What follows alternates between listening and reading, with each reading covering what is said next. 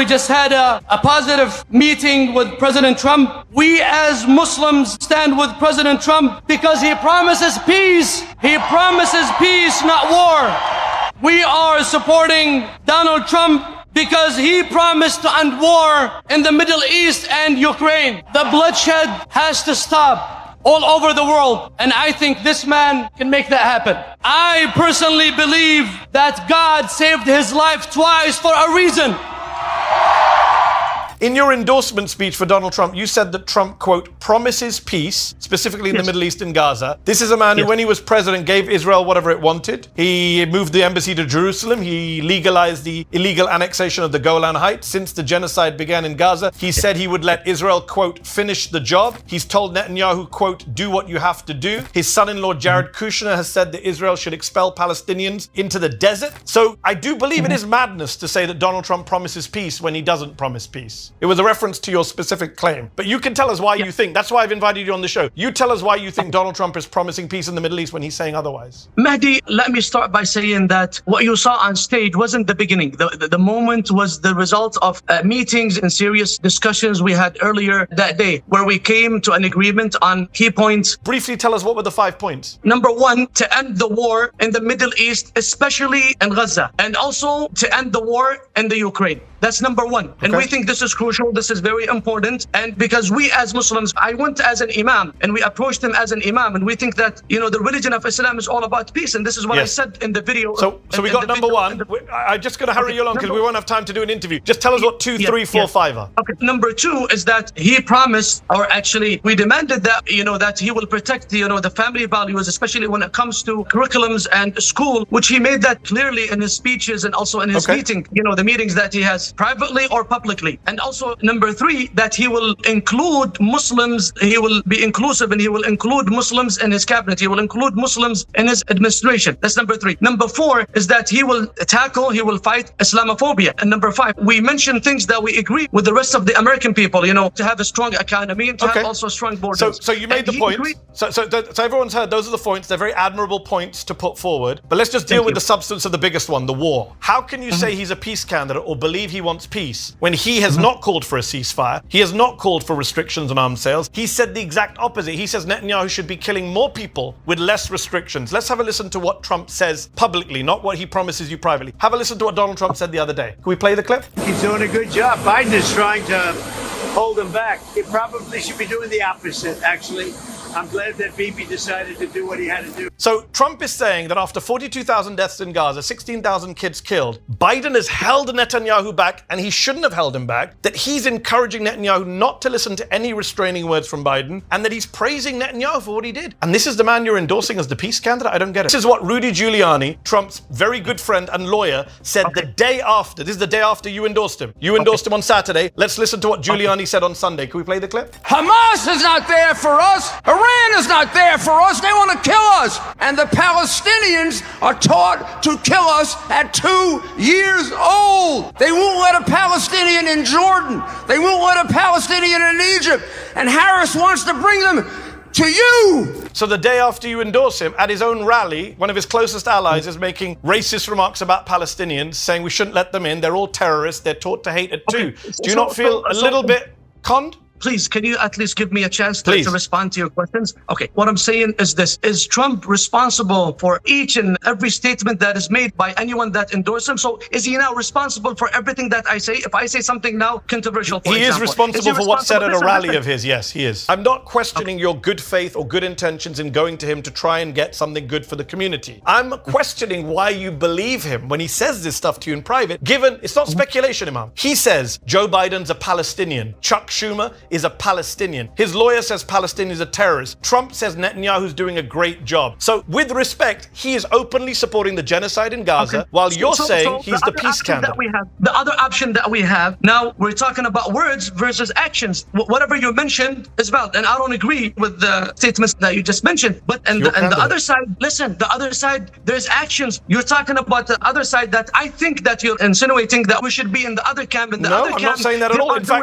In fact, I know a lot lot of Muslims. I know a lot of Muslims in Michigan, where you are, who are going to stay at home. They're going to vote for Jill Stein. I get that. What I don't get is why you would believe Donald Trump, who says Palestinians, he treats them like terrorists, talks about them pejoratively. He supports Netanyahu, and you keep saying it's speculation. It's not, Imam. The entire Republican Party. Can I finish a sentence? The entire Republican Party has voted to send weapons to Netanyahu. They have said Democrats are too soft on Palestine. They want to be more pro-Israel, more pro-genocide. In fact, Imam, you know that Netanyahu's own ministers like Itamar Ben-Gvir say they want Trump. So you want Trump and they want Trump. So do we, both of us, do we want Trump for the same reason? Is that what you're saying? I think that he wants him for a Well, I'm answering your question. You asked me a question. Yeah. Please, you've done a damage on me and also on my colleagues, the imams and those who support us, when you said this is madness and you reposted people that attacked us personally. And now, and to be honest with you, I'm shocked that you did not even see why did we endorse him. I understand why you endorsed him. He made you promises, and I'm questioning why you believe him. You say, for example,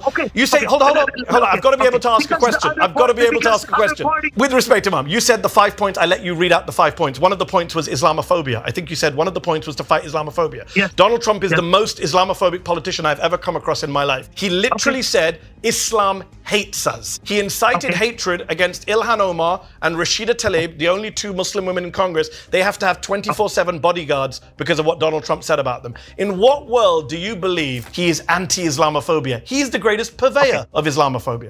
Listen, when it comes to politics, politics is to get what is possible, to build interest, to have something in common. So he called it, by the way, he invited us over to sit with him and to talk with him and to have a discussion, and he listened to us attentively, and we gave him these points and he agreed to them. Now we have two options. Listen, maybe your idea is both options are not good, but I'm telling you, there's two options. One option is inviting us. One option is listening to us, is giving us, extending his hand to us, and he's listening to our concerns and also our aspirations. The other party, they're not listening to us. And let me say something. Imam, I agree with you. I agree with the Democrats are not listening. 100% I agree. Can we agree? We agree the Democrats are not listening. But that doesn't mean that he's listening to you. Why do you not think he's just exploiting you for votes? He's using you, is he not? Why do you not see that? Are you not being a little naive with the greatest respect? Politics is all about interest, all about common interest. You give me something, I give you something. We give him endorsement. He's not going to stop being an Islamophobe because you vote for him, I can assure you. How do you know that? Do you know the unseen? You know the alim of ghaib or something? Come on. You just said kind of alim ghaib to the unseen world. It's not speculation. We saw what he did in office. When he was in office, he didn't just support the oppression of the Palestinians. He supported the Saudi-led war in Yemen, which I believe is a country you're from. He oversaw its deadliest, most violent. It started under Obama, but he oversaw its deadliest, most violent year, 2018. Tens of thousands of innocent Yemenis were killed. A school bus in Yemen famously was blown up, 40 children killed by a US-made bomb. Less than a year later, Congress tried to stop the war. Trump refused. He bypassed Congress. He gave Saudi Arabia and MBS more weapons to kill Yemenis with. You are a Yemeni American. How do you vote for someone who has so much Yemeni blood on his hands? Mehdi, with all the respect, I think that and I've watched your shows over and over. I think you think that Yemen is only Houthis. You have a problem, my friend. I didn't say a word about the Houthis. I said he blew up a bus of children. Can I finish? Listen. Well, please don't put words in my mouth. I didn't mention the Houthis. I said he supported the war in Yemen. Mehdi, come on, man. If you think that anyone who endorses anyone, that means he agrees with everything that he did and everything that he will do. With respect, that's not what I said. I did not say you agree with everything he said. You said peace candidate. I'm only going on your words, Imam. You said he's a peace candidate. I'm saying he oversaw the war in Yemen, your country of origin. You're not allowing me. You already made your point on X that we are mad people. Please speak, but don't put words in my mouth. I won't put words in yours. I didn't mention Houthis. Okay. No, but you're saying no. But this is what's happening. Even you said one time. I think you said one time that if Trump wins in the presidency, this is what's going to happen also in Yemen. I'm telling you, 90% of the Yemeni people, they're not with the Houthis. I don't know what's your view on Houthis and all of that, but they're not with them. So you, for example, with respect, when Trump was president, I'm not talking about the Houthis. I didn't invite you to have a debate about the Houthis. Under Trump, do you deny that there was a massive humanitarian crisis in Yemen? You said you are a Yemeni. Yes, and I'm not dividing you into Sunni, Shia, Houthi, non-Houthi. I'm saying Yemen suffered massively under Trump and MBS. So please do not tell me that this is hypothetical. I watched Trump as president send weapons to a horrible war in which children died at record rates. You call him the peace candidate. How? In the Muslim countries, including Yemen, they were living in bliss in the time of Obama. And I never said that. This is all straw man. I'm asking about Trump. I'm not asking you to endorse Obama. You endorsed Trump as the peace candidate. We I invited have you here two to explain options. to me how he's the peace candidate. On Palestine, you say you trust him, even though there's no evidence he supports peace in Palestine. And on Yemen, you're now saying it's all the fault of the Houthis. Trump didn't do anything wrong sending weapons to kill kids. However, I think one of the most pressing things on a global scale is your support for Israel. So how do you plan to support and protect Israel and the Jewish community now when you become the next president? Thank you very much. Good question. And it's so interesting, but evangelicals and so many people support Israel so much more. It's not just Jewish people. It's so many Christians are so supportive of Israel. And, you know, they say, and I would agree with this 100%, nobody's done what I've done for Israel. We, as you know, Jerusalem is the capital of Israel. We even built the embassy by moving the embassy. That became somewhat automatic.